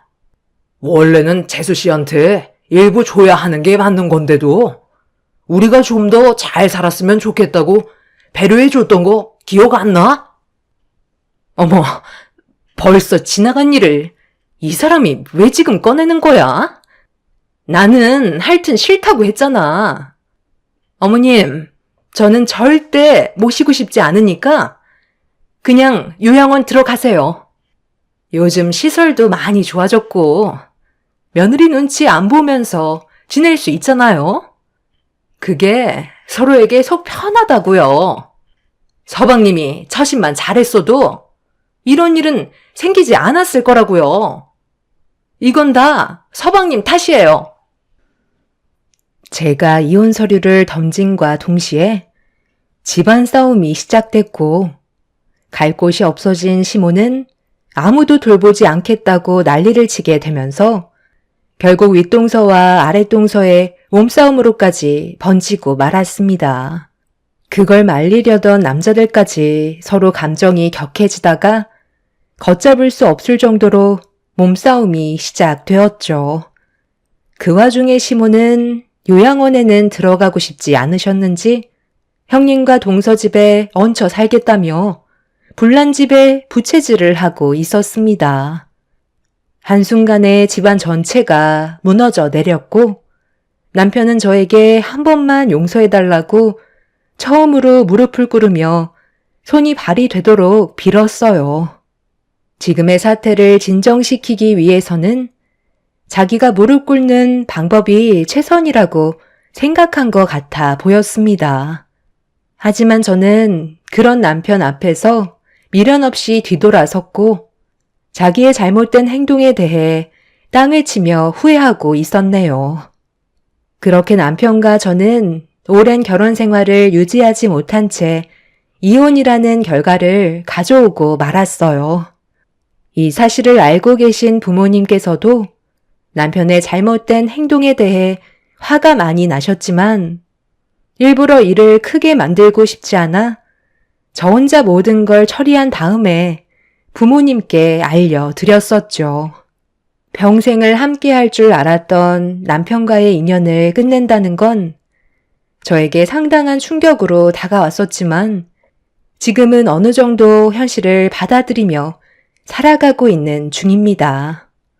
윗동서와 아랫동서는 남편과 바람을 피웠던 카페 주인에게 찾아가 저 대신 머리채를 잡고 난리를 쳤다는 소식을 들었어요.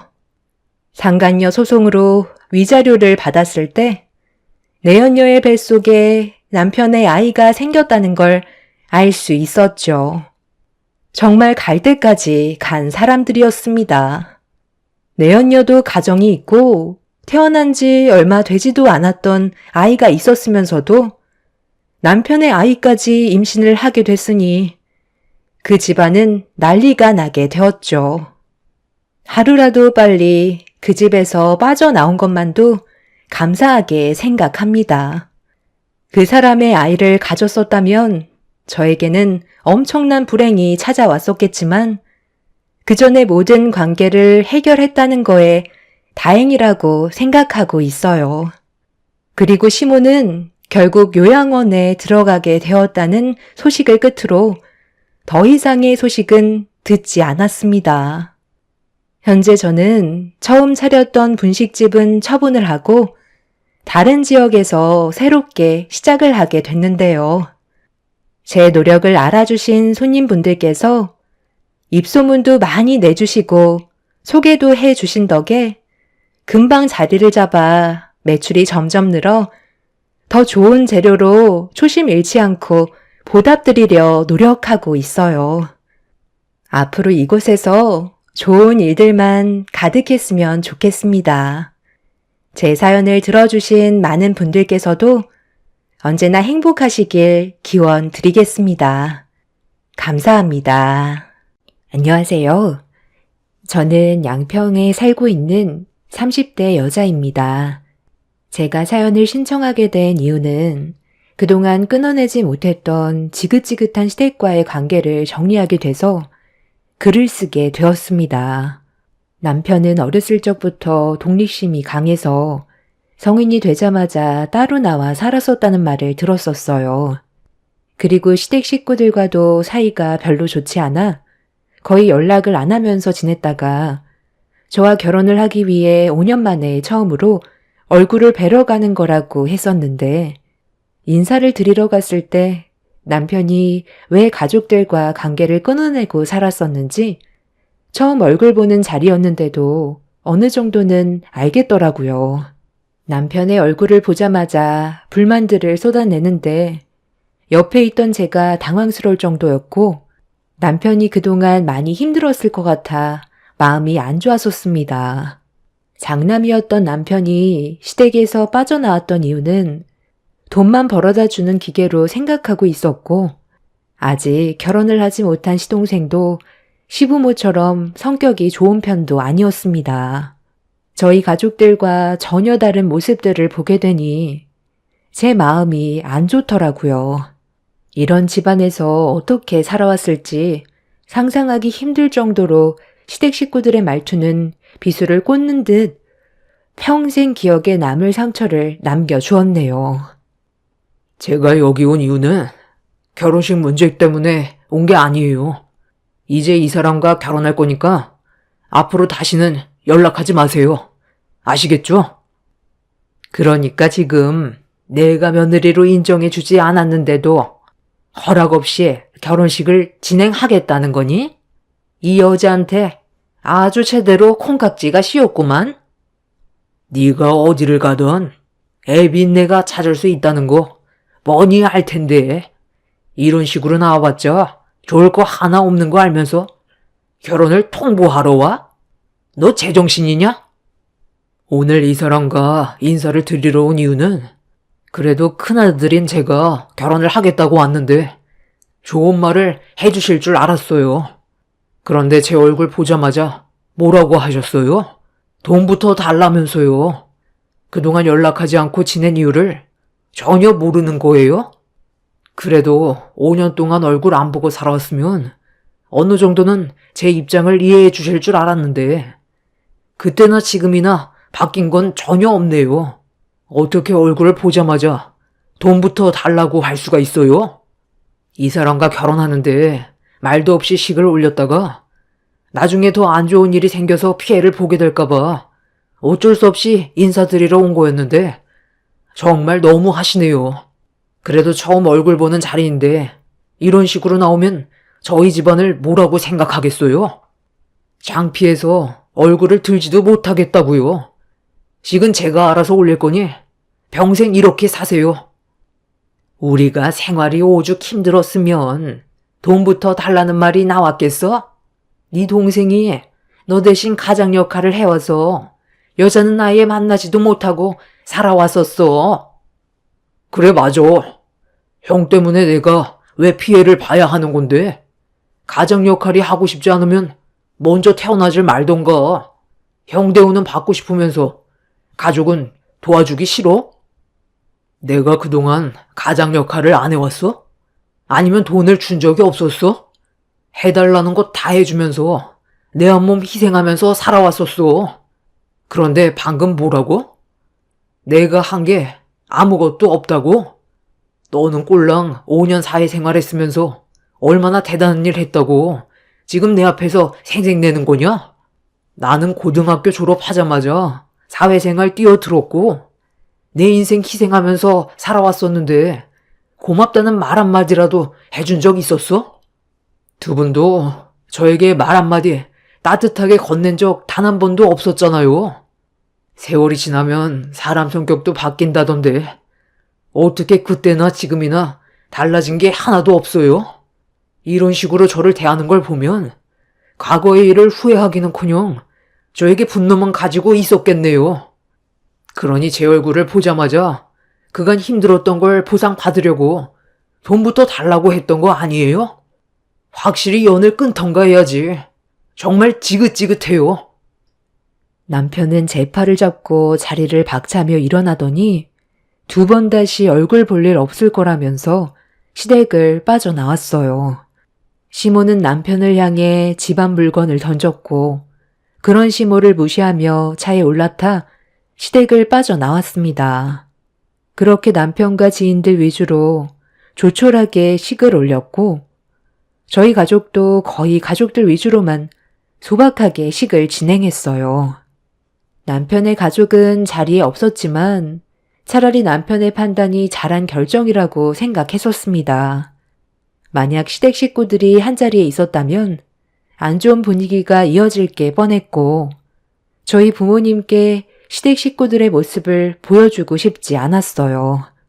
부모님께 남편이 좋은 사람이라는 걸 각인시켜주기 위해 많이 노력했었는데 한순간에 물거품 되는 그런 상황을 만들고 싶지 않았던 터라 저 또한 잘한 결정인 것 같았습니다.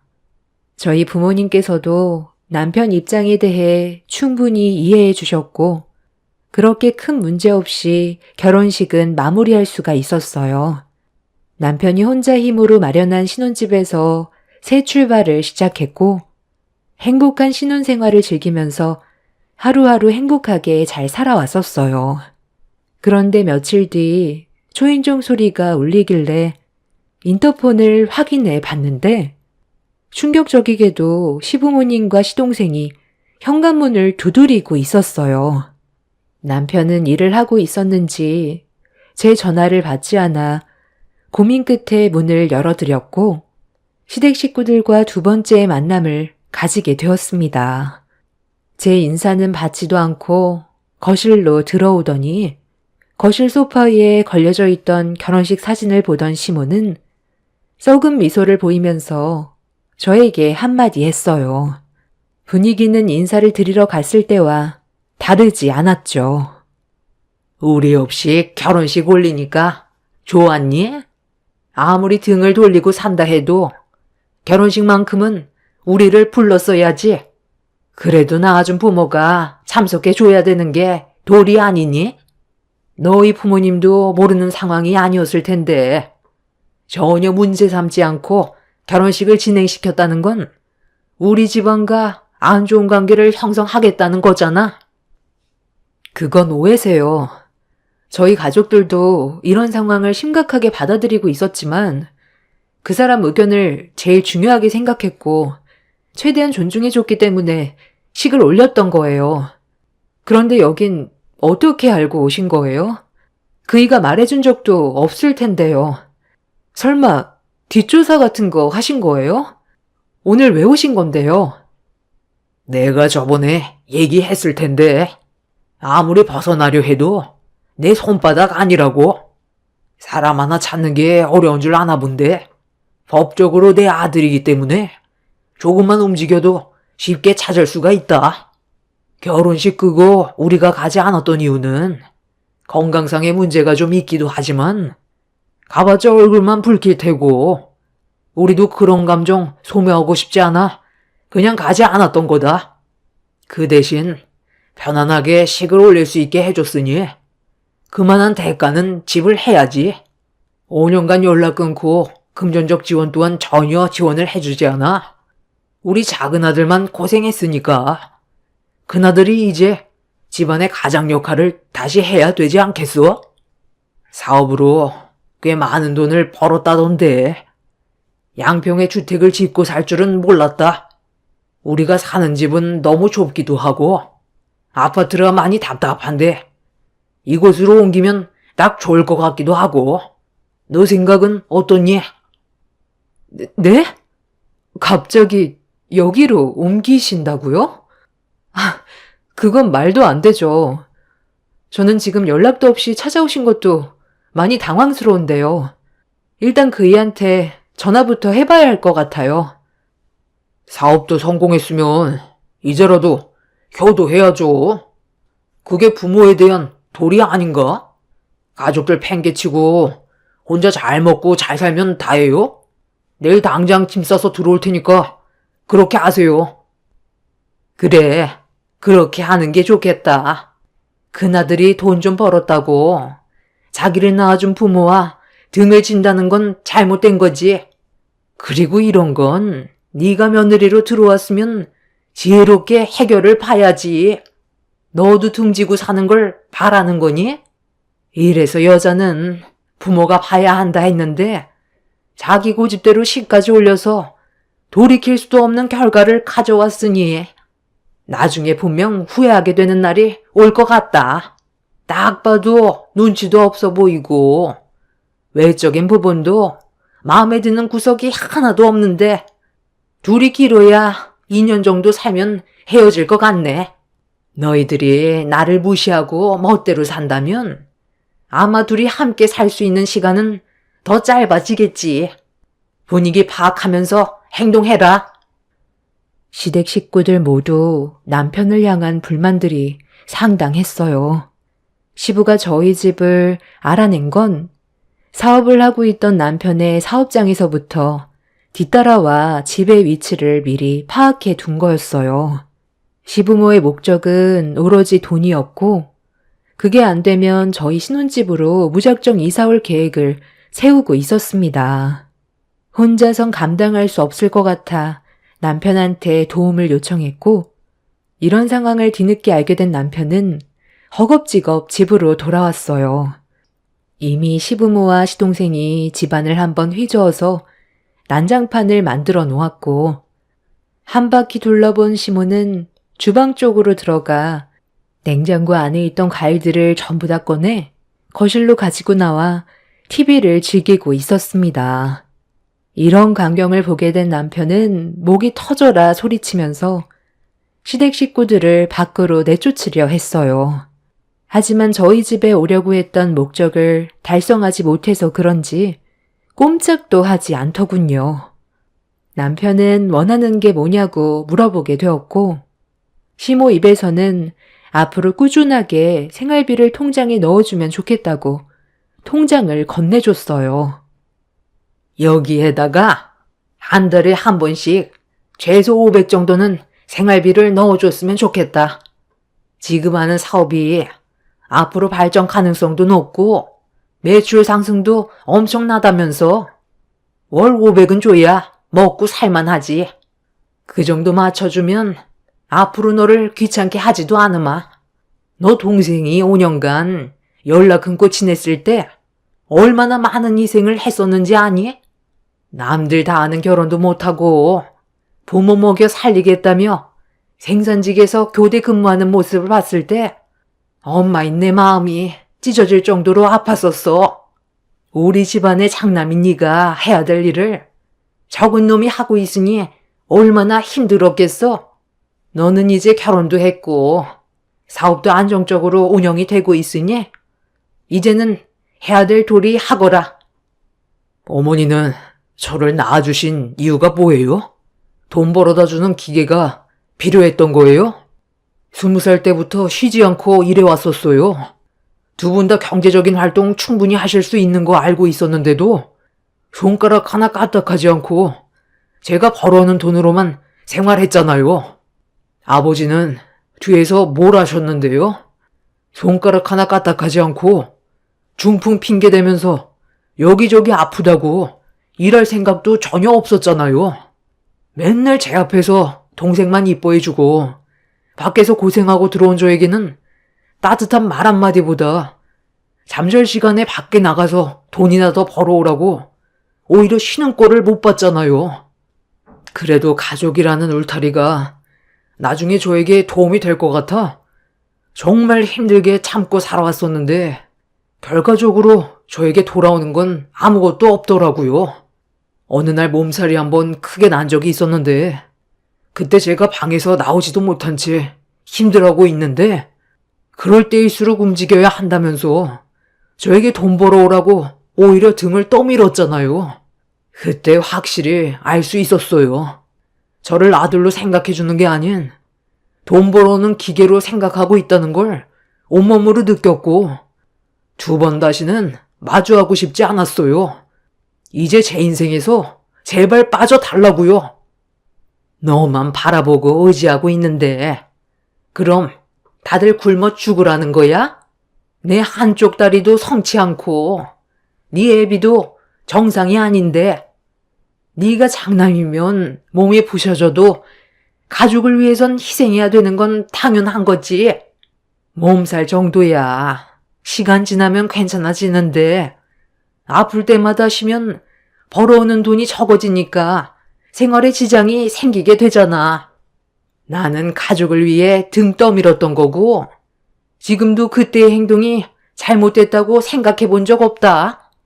그래서 지금 생활비로 월 500만 원씩 안 맞춰 주겠다는 거야?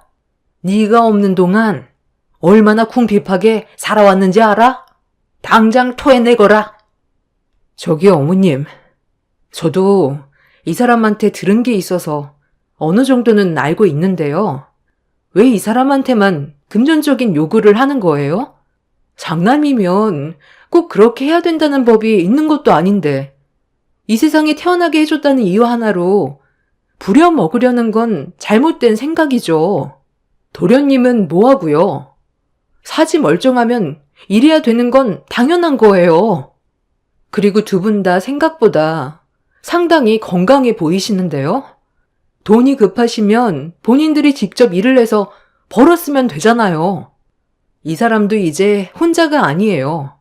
저희 결혼했고 앞으로 모든 일을 함께 헤쳐나가야 하거든요. 이 사람 앞에서 억지 부리는 거 저도 더 이상 조용히 넘어갈 수 없겠네요. 이제 그만하고 나가주세요. 아무 말 하지 않고 남편과 시댁 식구들의 대화를 듣고 있던 저도 더 이상은 못 들어줄 것 같아 시모의 말에 반박하기 시작했어요. 남편은 그동안 충분히 노력해왔다는 걸 저도 알기 때문에 더 이상 해줄 필요는 없을 것 같아 남편의 편에 서서 문제가 되는 행동들에 대해 지적을 했어요.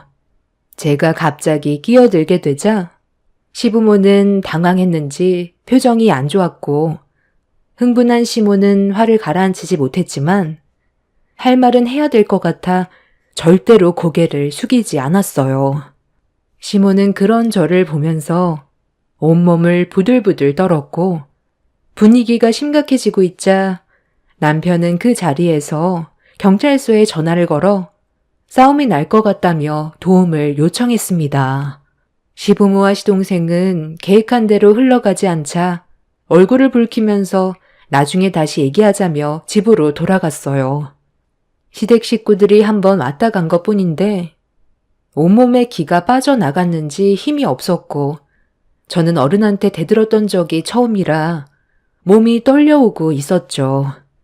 그날 이후 시부모와 시동생은 매일같이 저희 집에 찾아와 시위를 하듯 돈을 달라고 요구를 했어요.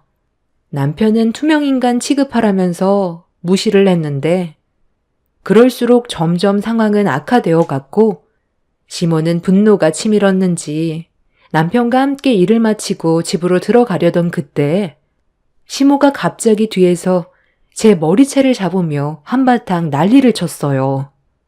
저 때문에 남편이 지갑을 열지 않는 거라면서 제가 사라져야 될 것 같다며 원하는 걸 얻지 못하면 물리적으로 행동하겠다고 머리채를 잡아 사정없이 흔들었어요.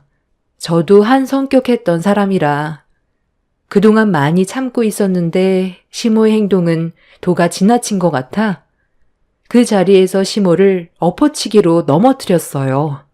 대학 시절 학업 스트레스 때문에 활동적인 운동을 찾다가 유도를 배운 적이 있었는데 잠깐 취미로 하려 했던 게 대학 시절 내내 하게 되었죠.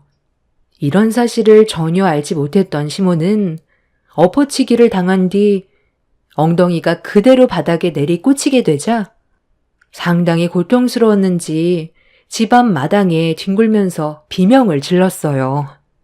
시동생은 뭐 하는 짓이냐고 저를 향해 걸어오길래 제가 다시 포즈를 잡으니 접근하지 못하고 시모를 부축해 주었습니다. 시모는 절대 그냥 넘어가지 못한다며 법대로 처벌하겠다고 하자 남편이 마당에 설치되어 있는 CCTV를 손으로 가리켰어요. 남편도 원하는 바라며 법적으로 해결하는 게 좋겠다면서 변호사 선임할 돈은 있냐고 목소리를 높였고 분위기가 저희 쪽으로 기울자 시모는 후회할 짓 한 거라면서 저를 절대 용서하지 않을 거라고 노려본 뒤 그 자리에서 벗어났습니다. 그리고 그날 이후 한동안 저희 앞에 나타나지 않았고 남편은 시모가 제 머리채를 잡은 거에 대해 법적으로 소송을 제기할 거냐는 말에 그냥 넘어가기로 했어요. 저도 시모를 패대기 쳤기 때문에 당한 만큼 돌려줬다 생각했었고 더는 저희 앞에 나타나지 않아 상황이 해결된 듯 보였습니다. 그런데 사람 일이라는 게 한 치 앞도 모른다고 저에게 말도 안 되는 충격적인 사건이 터지게 되었습니다. 이번 장마 때 엄청나게 많은 비가 내려 많은 분들이 피해를 봤었잖아요. 저희가 살던 동네에서도 물난리 때문에 피해를 많이 봤었는데요. 다리가 잠길 정도로 비가 많이 내렸었고, 산사태로 인해 여러 집들이 안 좋은 상황을 겪고 있었는데 남편한테 전화가 왔어요. 걱정되는 마음에 별일 없냐고 물어보니 집에 거의 다 왔는데 차가 갑자기 물에 잠겨 시동이 꺼져서 차를 버리고 걸어가는 중이라며 현재의 상황이 얼마나 심각한지 알려줬었어요. 남편은 거의 다 도착했으니 걱정하지 말라면서 전화를 끊었는데 한참을 기다려도 남편은 집에 오지 않았고 전화기는 꺼져 있는 상태였어요. 불안한 마음에 집 밖으로 나가서 기다렸지만 이미 다리가 잠겨 있어 남편이 도착해도 올 수 있는 상황도 아니었습니다. 어떻게 된 상황인지 전혀 파악이 되지 않다 보니 불안한 마음은 점점 커졌고 남편은 다음날 날이 밝았는데도 나타나지 않았습니다. 그날 뉴스에서는 상당수의 실종자들이 생겨났고 연락 한 통 없이 나타나지 않고 있는 남편도 그들 중 한 명이 됐을지도 모른다는 생각에 떨리는 손으로 경찰의 도움을 요청했어요. 실종자들을 찾기 위한 수색 작업이 진행 중이긴 하지만 물이 빠지지가 않아 시간이 많이 소요될 것 같다며 연락을 기다리라고 했지만 집에서 남편이 오기만을 기다리기에는 상황이 너무 심각했던 터라 저는 다음날부터 밖에서 남편을 찾아다녔어요. 그리고 남편의 차가 떠내려가 전복되어 있는 걸 발견하게 되었고 그 주위를 한참 동안 찾아봤지만 남편의 흔적은 어디에도 보이지가 않았습니다. 남편도 뉴스에 나오는 실종자들처럼 신고를 할 수밖에 없었지만 살아있을 거라는 희망을 놓지 않았어요. 저 혼자 놔두고 갈 사람은 아닐 거라고 믿고 있었습니다. 그런데 제 앞에 금방 나타나 줄 것 같았던 남편은 하루 이틀이 지나고 어느새 일주일이라는 시간이 지나도록 나타나지 않았어요. 경찰분들은 아무래도 저희 남편이 물살에 휩쓸려 세상을 떠난 것 같다는 충격적인 말을 꺼냈습니다. 수색 작업은 계속되겠지만 일주일 동안 나타나지 않았다는 건 인정할 수밖에 없는 결과라며 저에게 절망을 안겨주었고 이 소식을 듣게 됐는지 시댁 식구들이 저희 집으로 급하게 달려왔어요. 시몬은 저를 보자마자 달려들더니 자기 아들 살려내라며 머리채를 잡아 패대기를 쳤고 그 자리에 주저앉아 오열을 했어요. 시부는 경찰들과 대화를 이어나갔는데 실종된 지 일주일이 지났으면 생존 가능성은 없다고 봐야 할 것 같다며 세상 떠난 남편을 찾는 것도 쉬운 일은 아닐 거라고 시부와 한참 동안 대화를 이어나갔습니다.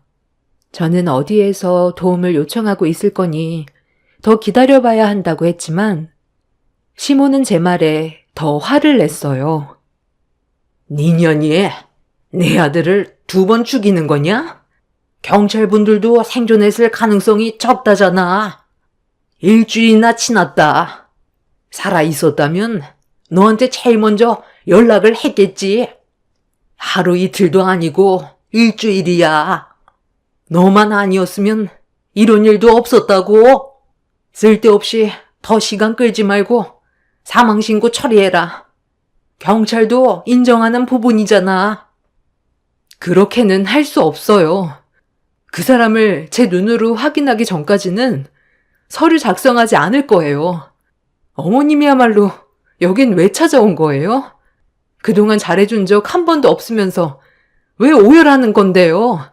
돈 벌어올 사람이 없으니까 그게 많이 아쉬웠나 봐요. 그 사람은 온갖 상처만 받고 세상을 떠난 거라고요. 그래서 뭐 어쩌자는 건데? 결과가 나왔잖아. 생존을 했으면 연락이 왔겠지. 일주일 동안 어떠한 흔적도 없이 연락 한 번 없었다는 게 말이 되냐? 내 아들 사망신고 내가 직접 하겠다는데 네가 왜 하란 말아야? 결혼한 지 얼마 되지 않은 너한테 결정권이 있을 것 같아? 내일 사망 신고 처리하지 않으면 내가 다음날 직접 하마. 이것도 최대한 배려해 준 거니까 이제 그만 고집 부려라. 그리고 너도 이제 살 길 찾아가.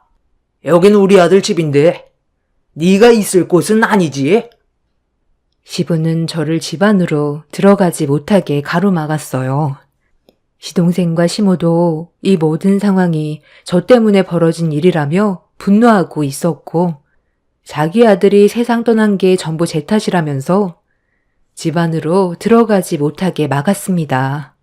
서로가 가진 아픔이 달랐기 때문에 시댁 식구들의 마음도 이해하려 했지만, 전에 있던 상황들이 다시 제 머릿속에 떠올라 경찰들이 보는 앞에서 난리를 쳤고, 시댁 식구들과 몸싸움이 벌어지자 경찰들이 중간에서 이런 문제를 중재해줬어요.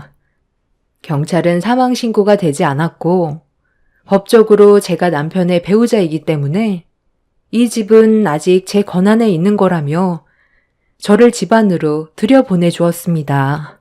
시부모님과 시동생은 저를 상대로 법적 소송에 들어갈 거니 조만간 다시 얼굴 볼 일 있을 거라면서 그렇게 집으로 돌아갔어요. 믿을 수 없는 상황 속에서 사망 신고를 해야 되는 건지 혼란스럽고 너무 마음이 안 좋았어요. 이제 막 결혼 생활을 시작하게 된 저로선 엄청난 충격으로 다가왔었죠. 그리고 며칠의 시간이 더 지난 뒤 생존자들을 찾았다는 뉴스 소식을 들었지만, 살아있다는 좋은 소식보단 안타깝게도 세상을 떠나게 됐다는 뉴스를 접하게 되었고, 저는 정신이 반쯤 나가서 남편도 더 이상 돌아올 수 없을 것 같아 사망신고 절차에 대해 물어보려고 주민센터를 찾아갔는데, 사인에 대한 정확한 서류들이 있어야 한다는 말에 침수로 인한 사고로 실종이 되었을 경우라도 남편의 존재가 확인이 되어야 한다는 말을 듣게 되었습니다. 사망신고가 급한 것도 아니었기 때문에 그 자리에 또 한참 서 있다가 다시 집으로 돌아왔어요. 그런데 집에 도착하는 순간 제 두 눈에 목격된 황당한 광경이 펼쳐졌고, 시댁 식구들에게 뭐 하는 짓이냐고 소리를 질렀어요. 저희 집 대문에 남편 이름의 문패를 떼어내고 시댁 식구 이름의 문패로 싹 바꿔 놓았습니다. 시모는 저에게 다시는 자기 아들 집에 발붙일 생각하지 말라며 문 앞을 다시 가로막으면서 남편이 남기고 떠난 재산에 대한 소유권을 제기하고 있었습니다. 저는 문패를 떼어버리기 위해 시댁 식구들과 몸싸움을 벌였고, 시부와 시동생은 그런 저를 강하게 밀어 넘어뜨렸습니다. 남편이 세상 떠난 것도 정신적으로 힘든데 시댁 식구들은 눈앞에 보이는 남편의 재산이 더 중요한지 기생충처럼 달라붙었어요. 이런 힘든 상황들이 결국 이성을 잃게 만들었는데, 그 순간 갑자기 뒤에서 누군가 소리를 지르면서 바닥 보수 공사를 위해 쓰이던 불도저를 몰고 저희 집 대문을 향해 돌진하고 있었습니다. 그 불도저는 시댁 식구들 코앞에까지 밀고 들어왔고, 순식간에 벌어진 상황에 경악을 하고 있는데, 불도저에서 내린 사람을 보자마자 저는 너무 놀라 눈앞에 펼쳐진 광경을 믿을 수 없어 몇 번이고 눈을 비비며 재차 확인을 했어요. 죽었던 남편이 나타난 거였습니다. 제 속을 태우던 남편은 저를 부축해 일으켜준 뒤 시댁 식구들 앞으로 걸어가 시부와 시동생을 향해 사정없이 주먹을 올렸어요. 그리고 주머니에서 물건 하나를 들어 올린 뒤 남편의 한마디에 경악을 했고, 옆에 있던 경찰들이 시댁 식구들을 포위했습니다. 아무리 사람들이 돈 욕심이 나도 그렇지 어떻게 나한테 그런 짓을 할 수가 있어? 일부러 때를 기다리고 있었지? 자가 시동이 꺼져서 나오자마자 기다렸다는 듯 나를 차로 밀어버렸잖아. 그 충격으로 나는 다리 쪽으로 빠져서 물살에 휩쓸려 떠내려 갔었다고. 그때 내가 차 안에 있던 사람들의 얼굴을 아주 똑똑히 기억하고 있어. 아예 작정하고 나를 세상 떠나게 만들려고 밀어버린 거겠지. 내가 왜 지금까지 모습을 안 보여준 줄 알아? 내가 가지고 있는 증거물이 많이 없어서 제대로 된 법적 처벌을 못할까봐 최대한 증거물을 확보하기 위해 지금까지 모습을 나타나지 않고 뒤를 캐고 다녔어. 당신한테까지 숨긴 건 미안하지만 만에 하나 내 존재가 발각이라도 될까봐 어쩔 수 없었어. 정말 미안해. 그런데 마지막에 결정적인 증거 하나를 손에 넣을 수 있었거든. 당신이 집을 비운 사이 나는 집 안에 들어가 영상물을 녹화했고 셋이서 나눈 대화 모습까지 전부 다 찍어놨었거든. 그리고 추가적으로 배차장으로 버려졌던 차량까지 확보해서 그 안에 있던 블랙박스까지 손에 넣었어. 침수로 인해 훼손이 돼서 복구하는데 시간이 걸렸지만 나한테 범행을 저질렀다는 충분한 증거물이 될 수 있는 영상을 복구할 수 있었다고. 내가 돈을 주지 않는다고 이런 범행을 저질렀다는 게 부모로서 할 짓이야? 당신들은 인간도 아니야. 남편이 가지고 있던 증거물은 경찰들에게 넘겨져 확인을 하게 되었고, 저도 영상들을 같이 보게 되었는데, 시부모와 시동생의 계획적인 범행들이 전부 들어 있었어요. 영상 안에 있던 세 가족 모두 급하게 준비한 범행이었고, 남편이 계속 모습을 나타내고 있지 않자 집안에서 대화를 주고받았었죠. 아버지, 정말 괜찮겠죠? 일주일이나 지났는데 나타나지 않는 걸 보면 분명 형은 이미 끝난 것 같은데. 그럼 형 사업은 제가 맡아서 하면 되는 거예요? 네가 어떻게 운영하냐? 그냥 처분하는 게 제일 좋은 방법이지. 아직 끝나지 않았어. 며느리를 어떻게 처리할지 고민 중이야. 내 아들과 결혼을 했기 때문에 재산이 며느리한테 넘어갈 거고, 우리가 법적 소송을 제기하겠지만 많이 불리한 상황이니 또 다른 사고를 하나 만들어야 된다. 그렇게 하기 위해서는 며느리 속을 긁어 놓아야 되겠지. 일단 문패 하나 준비하자.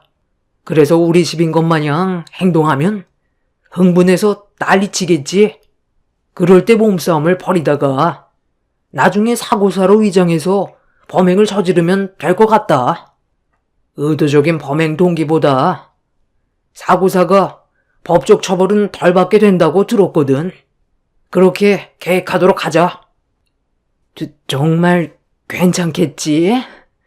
나 꿈에서 아들이 살아서 돌아오는데 무서워 죽겠어.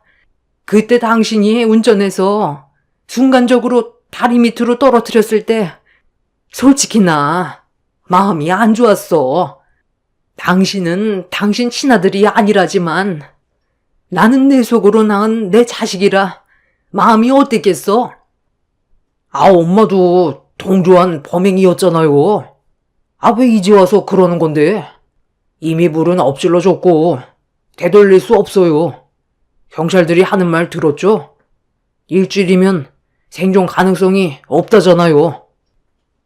잠깐 보게 된 영상 속에 담긴 내용은 충격적이었고, 이런 범행을 저질렀다는 거에 분노를 가라앉히지 못한 저는 시댁 식구들을 향해 줄따기를 올려쳤어요.